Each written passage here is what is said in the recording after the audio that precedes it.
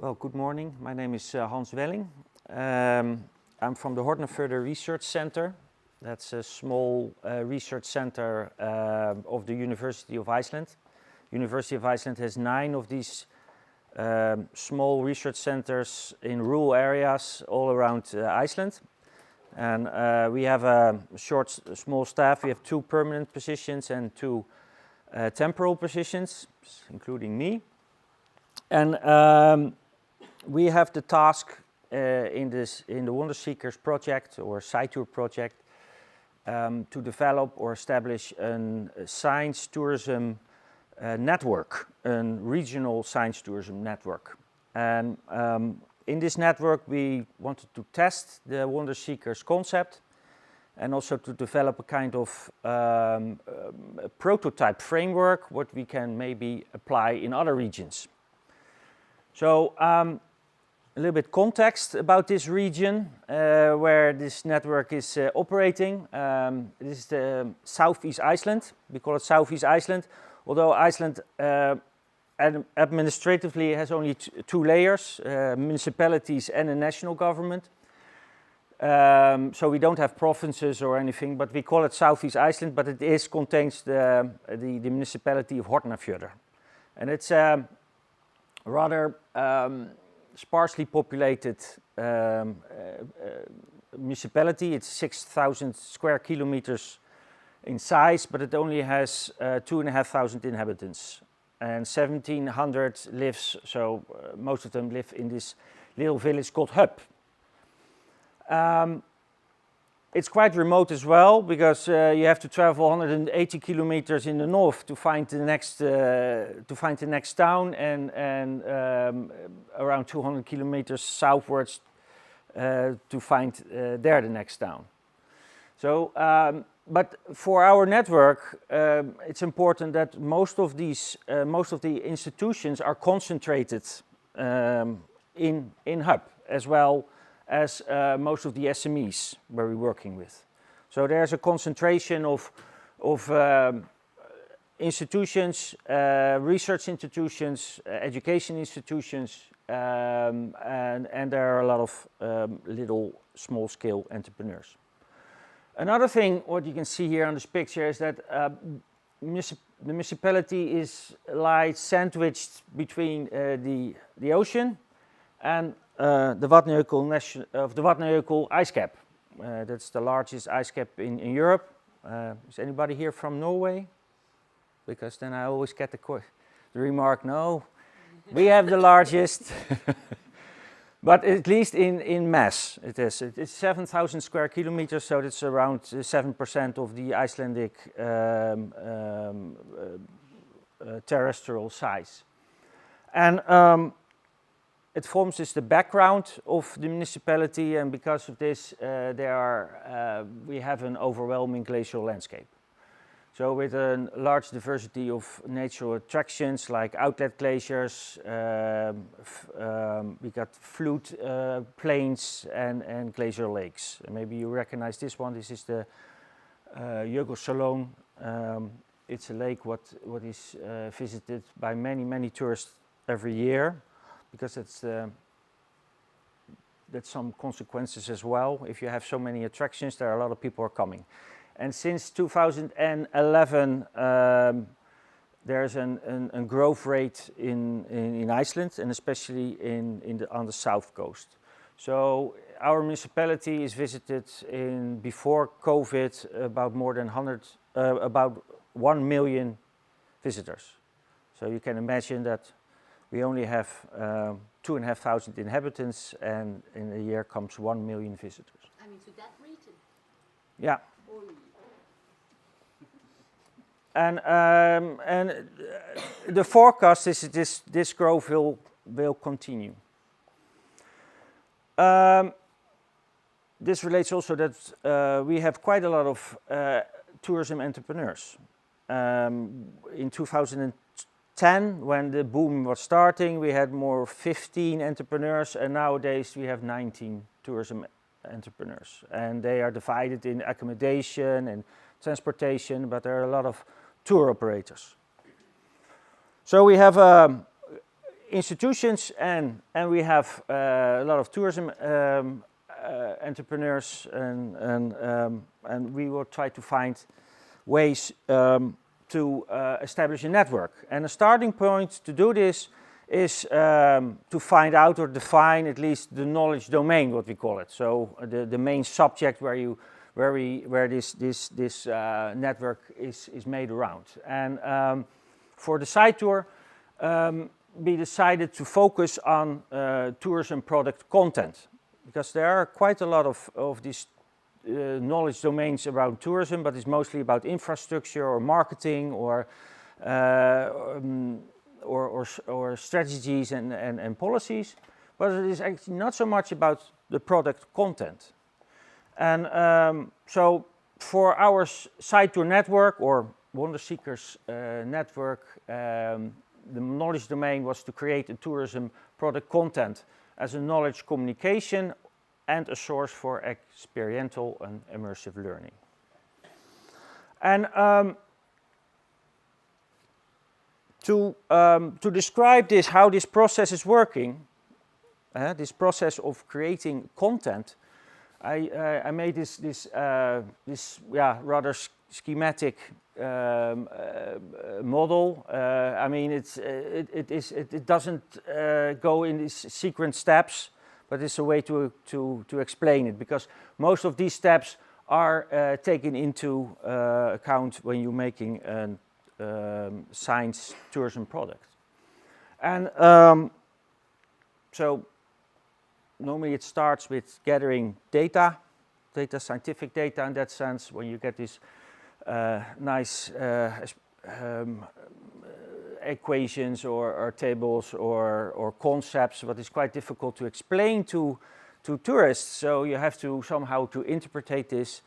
And in the case of glacier tourism, where we are mostly dealing with, is to explain that the glacier X has receded I meters in so many years, because that's one of the questions a lot of tourists ask and a lot of tour operators provide.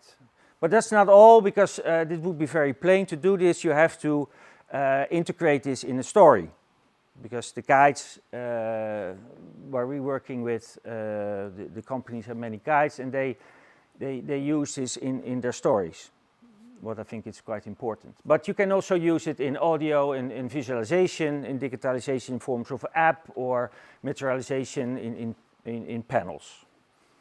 And then you have to implement this, because it has to be in a tour, so you have to have the resources, like the staff, the information what you provide, the vehicles, the time, the location, the marketing. And then it ends in this experience, in this co-creation of knowledge, because the tourists, they pick up this knowledge and add some value to it, where you create or co-create knowledge. And as you can see, there are all these feedback loops. So information from the different stages are coming back to improve these previous steps. So I will start here with this to introduce our actors in the network. Let's start with the entrepreneurs, and to describe a little bit the different types of tourists or tourism products, what they provide. It's good to use this scheme. If this is an operator from the company called Haufjall, it's a family company. They do horse breeding and accommodation, but also tour operation on the glacier. And they provide, or they developed a tour what takes all these steps included. So what we call this is more or less a citizen science tour. So the tourists, they collect data. And this is about repeated photography. That's the name of the tour. So what is the entrepreneur doing? First people are coming to his company. He learns them about the glaciology, the processes, and about the impacts of climate change. and how to use your camera to take pictures of the glacier at certain points. And then you can upload these pictures to a database and compare this with previous pictures taken from the same spot, but a month earlier or a year earlier. So you really get an impression of how the glaciers are receding. So that is completely in it. We have also companies who don't gather data in a sense, but do the interpretation by bringing in scientists. So we have two companies. They're more or less doing glacier walks, and they have glaciologists as their guides. So they do the interpretation immediately when you're walking on the ice and explaining the phenomenon and the processes. We have also two companies who don't do the interpretation, but they got knowledge and from the surroundings by a third party. So here's a matter of how to educate the guides. And there are two companies. One of them is doing walking on the glacier. The other one is having kayak tours on the glacier lake. And then, but we don't have a tour in this, but it could be that there is no dissemination, but it's already there. That's because in our municipality we have some of these interpretative trails, science interpretative trails, and also some expositions and musea. So a tour like that could be that you more or less facilitate only you facilitate the tourists to go on this trail.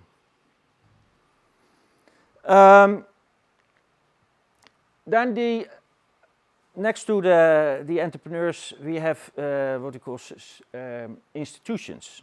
They're part of the network, and the first institutions are institutions we call research institutions. This the institution where I'm part of, the Hortenfurther Research Center, but also we have the Nature Reserve Research Center. And what they're doing is research, collecting the data and analyzing the data, what the companies can use, and more or less also do science communication. So they have to translate this science in a more public understanding. And another one, because we don't only have science as an input, but also experience and customs. And here are more like the land management of the landowners, but it could be also indigenous communities or local communities. So they provide information what the companies can use, and also communicate this in a more understandable way. Then we have education, and these are education institutions in our network. This is the upper secondary school, and they provide adult education, what is quite important. And they have a mountaineering program. So, in this program teaches people to be a guide, a mountaineering guide or a glacier guide. And they do this on basis of peer-to-peer learning. So that means that the teachers are actually guides themselves. And they learn guides how to guide. So they learn how to tell the story in an understandable way for clients. On the other hand, we have the Innovation Center. This is an incubation center called Fat Lab. And here you can provide a lot of supporting material or devices. They learn you about marketing. They learn you a little bit about financing as well. But mostly it is to create prototyping, making apps and these kind of things. What can support, of course, the entrepreneur in their development of the tour.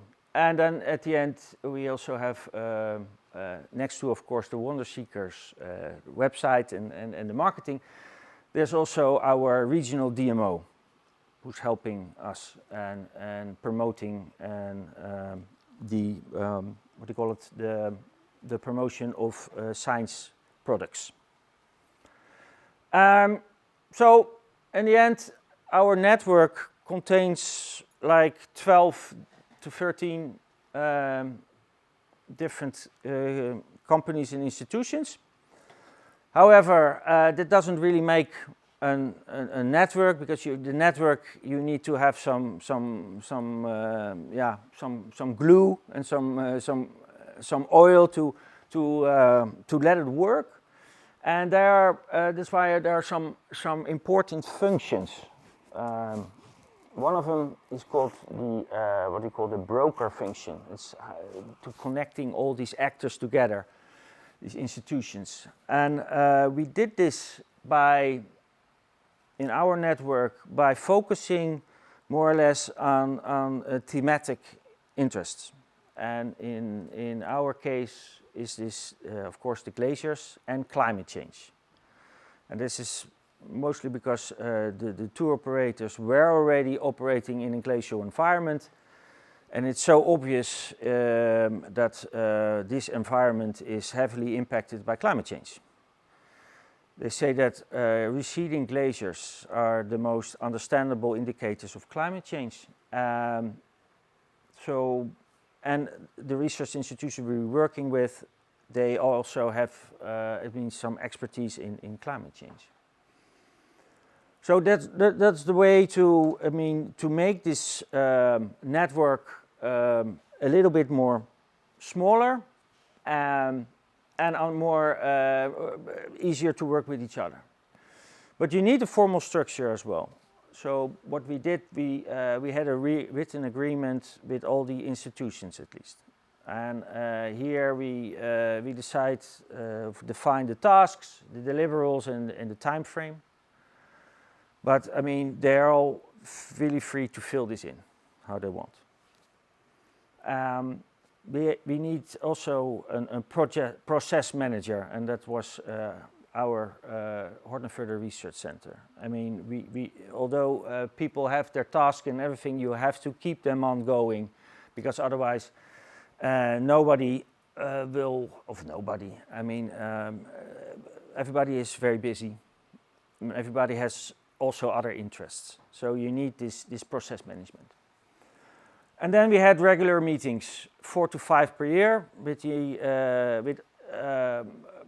all the members, or separately with only the entrepreneurs and the institutions. But at least we had like 4 to 5 online in the beginning, of course, because of COVID.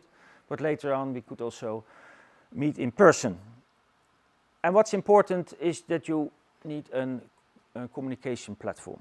A communication platform what is open for everybody and easy to use. And we use the Facebook group called Sight Your Eyes.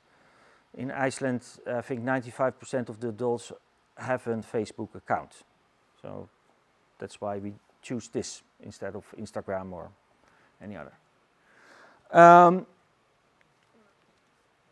Another thing what is important is to engage the partners. And you can do this by enhancing the trust and commitment. First the trust, and then normally follows the commitment.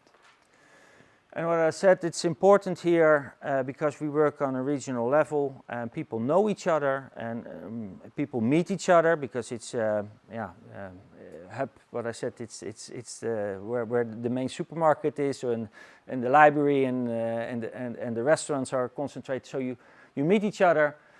So personal connection is very important. And we visit quite a lot of companies, and we talk to them on the phone. We send them an email, and I think this helps putting together this network. Another thing what was important, that we were getting additional funding by a fund, the climate fund that was from the Ministry of Iceland. the Ministry of Environment. And because in our network, the side tour project, it's not allowed to say pay staff cost for associated partners.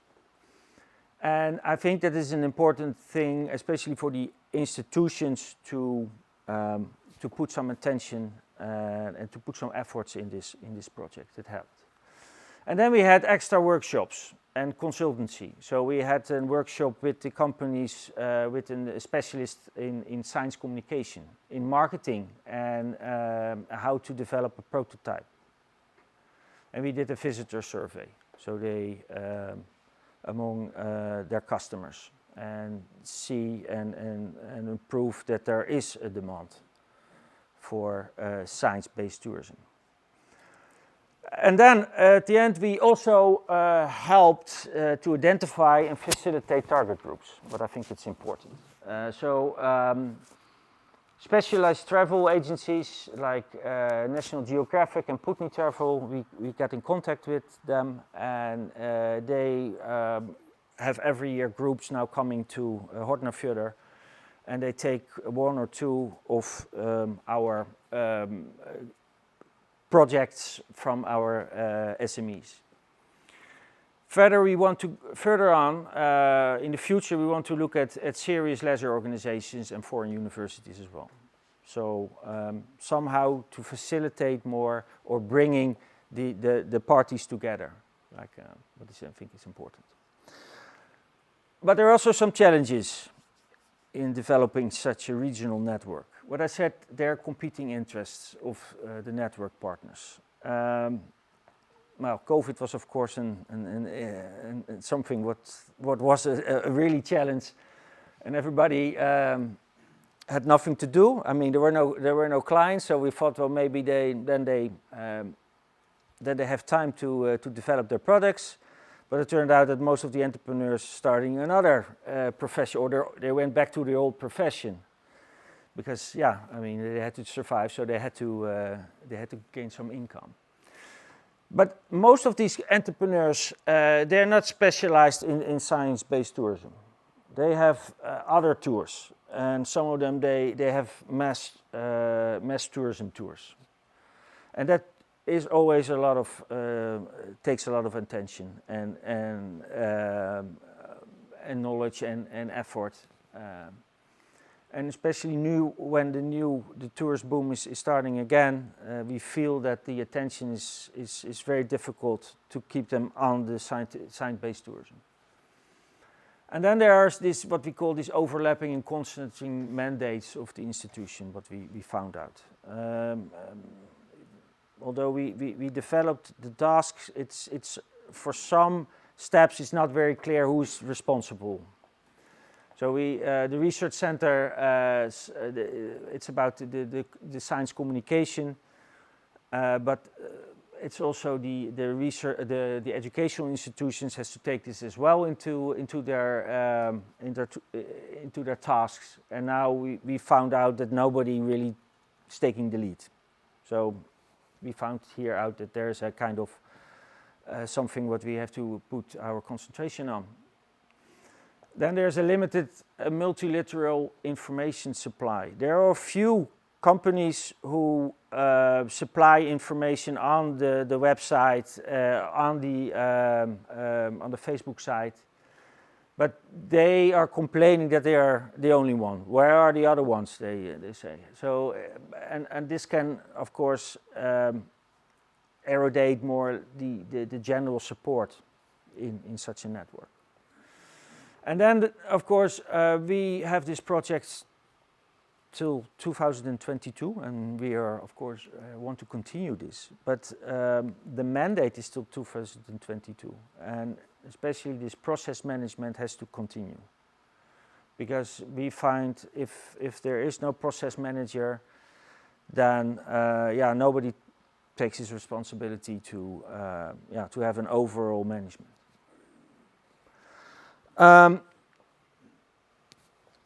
we want to extend this, at least we are starting already to extend this model in different parts of Iceland, using the research centers of the university. So in Húsavík we have the research center. It's concentrated on marine biology. And there's also a whale museum, and it's what they say the capital of whale watching. So we try to establish here a kind of science-based tourism network as well. The same is in Strandres, the north. There's the Museum of Sorcery and Witchcraft, and there's the Institute of Folklore.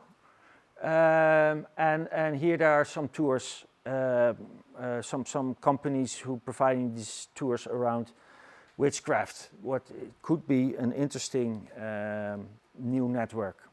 And then there's of course in the Reykjanes Geopark, what we have in the southeast Iceland, where 2 years ago started this nice volcano eruption, and many tours, geological based tours, were starting up. And we have, of course, the Institute of Earth Science of the University of Iceland there as well. So that is an opportunity to start here a regional network as well. Way forward, if you want to sustain and maybe extend this kind of local regional networks, what we learned from what we were doing is that you need these formal arrangements. You need a kind of process management, but at least give people or institutions the freedom to fill this in how they want. Startup funding is also important, what we found out. Although it's maybe a small amount, but at least you can pay out for activities for the institutions, so they can concentrate on these tasks. And then, yeah, that's maybe an open door, but you have to prove that it works. You have to prove that science-based tourism is working. It's commercially viable for the companies. It increases social gains for the institutions, and I think it's most important. It also gives personal rewards, because what I said that's in the case of Iceland, we have so many tourists and there's so much mass tourism that entrepreneurs who earn quite a lot of money on it, they also think this is an interesting project, just because their interest lies there. And not so much in this, this every time the same thousands of people going along the same road, the same stories. So for them, it's also personally rewarding. So this is my presentation, and after the